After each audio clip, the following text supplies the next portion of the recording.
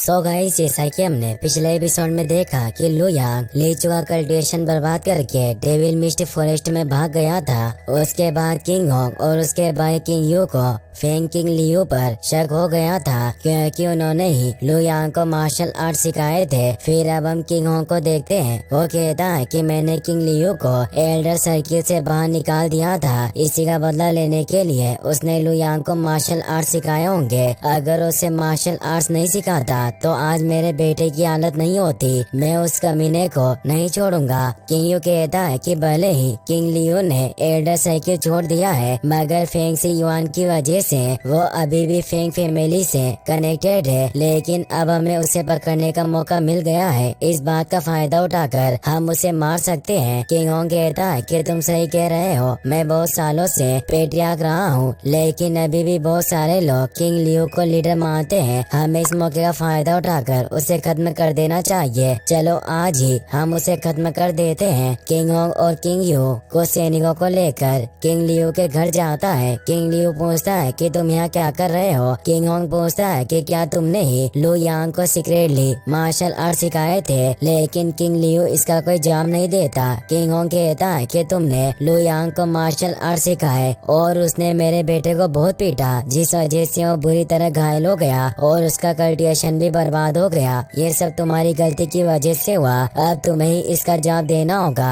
King Liu कहता है कि मेरी बेटी ली जियान ने मुझे इसके बारे में बताया। अगर तुम्हारा बेटा उसके साथ ऐसा गलत बर्ताव नहीं करता तो लू यांग उसे कभी नहीं पीटता। इसमें मेरी नहीं, सिर्फ तुम्हारे बेटे की गलती है। इस बात से गुस्सा होकर किंग होंग अपनी स्वॉर्ड निकाल लेता है तो किंग लियू भी अपनी स्वॉर्ड निकाल लेता है, लेकिन किंग होंग एक अटैक करके किंग लियू को दूर गिरा देता है। वो कहता है कि तुम मेरा सामना नहीं कर सकते हो, इसलिए ज्यादा होशियार मत बनो। किंग लियू कुछ नहीं कर पाता और सैनिक उसे पकड़ लेते हैं। फिर हम सीमिंग को देखते हैं। वो फेंग मेंशन के बाहर आ जाता है। एक सैनिक उससे कहता है कि तुम कौन हो और यहाँ क्या कर रहे हो। सीमिंग कहता है कि मैं फेंग किंग शी को ढूंढ रहा हूँ, क्या तुम उसे जानते हो। सैनिक कहता है वो तो बहुत सालों पहले मर चुकी है, आखिरकार तुम कौन हो और उसे क्यों ढूंढ रहे हो। ये सुनकर सीमिंग चौंक जाता है। वो पूछता है कि क्या तुम उसके बेटे को जानते हो। अगर तुम उसे जानते हो तो मुझे उसके पास ले चलो, क्योंकि मुझे उसे बहुत जरूरी बात करनी है। सैनिक कहता है कि तुम्हें आने में बहुत देर हो गई, क्योंकि किंग शी के बेटे लू यांग ने फेंग फैमिली के लीडर के बेटे को बहुत पीटा है, जिस वजह से उसका कल्टीवेशन बर्बाद हो गया। इससे गुस्सा होकर पूरी मैंग फैमिली उसे ढूंढ रही है। वो अपने आप को बचाने के लिए डेविल मिस्ट फॉरेस्ट में भाग गया। यह सुनकर सीमिंग को गुस्सा आता है। वो अपनी पावर एक्टिवेट करके पूछता है कि यह फॉरेस्ट किस तरफ है और लू यांग के बारे में किसे पता है। उसे देखकर सैनिक घबरा जाता है। वो कहता है कि हमारे थर्ड मास्टर किंग यू अपने सैनिकों के साथ लू यांग का पीछा कर रहे थे, उन्हें इसके बारे में सब पता है। सीमिंग कहता है कि मुझे उससे बात करनी है, इसीलिए मुझे उसके पास ले चलो।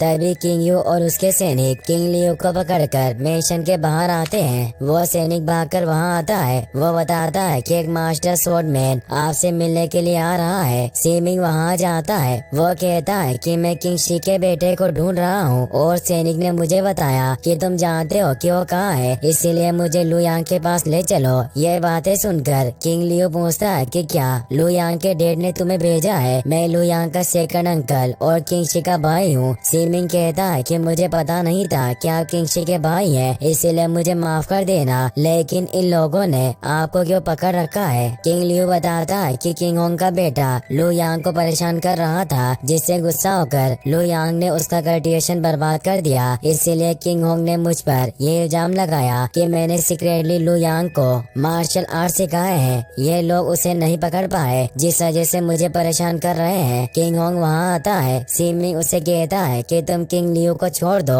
या किंग यू को मेरे साथ भेजो, ताकि मैं लू यांग को ढूंढ सकूं। किंग होंग कहता है कि आखिरकार तुम हो कौन और मैं तुम्हारी ये सब बातें क्यों मानूं। सीमिंग अपनी पावर एक्टिवेट करता है। उसे देखकर किंग होंग चौंक जाता है। वो सोचता है कि ये तो मास्टर स्वॉर्डमैन है। मुझे लग ही रहा था कि आदमी नॉर्मल नहीं है, लेकिन मैंने नहीं सोचा था कि इसने स्वॉर्ड पैलेस रियल्म में महारत हासिल कर ली है। हम सब मिलकर भी इसे नहीं हरा पाएंगे। अच्छा इसी में होगा कि मैं इसकी बात मान लूं। सीमिंग किंग लियो को कुछ मेडिसिन देता है ताकि इसके घाव जल्दी ठीक हो जाए। उसके बाद सीमिंग किंग यू के साथ डेविल मिस्टर फॉरेस्ट के पास पहुंच जाता है। किंग यू बताता है कि फॉरेस्ट तुम्हारे सामने है। लू यांग यहीं से अंदर गया था। ये फॉरेस्ट बहुत ज्यादा खतरनाक है क्योंकि यहाँ स्वॉर्ड डीमंस होते हैं और हमेशा पूरे फॉरेस्ट में मिस्ट यानी धुंध रहती है, जिस वजह से सब लोग अपना रास्ता भटक जाते हैं। इसीलिए मैं भी इस जगह से आगे कभी नहीं गया हूँ। सीमिंग फॉरेस्ट के अंदर जाने लगता है। किंग यू कहता है कि ये तुम क्या कर रहे हो, क्या तुम्हें मरने से डर नहीं लगता।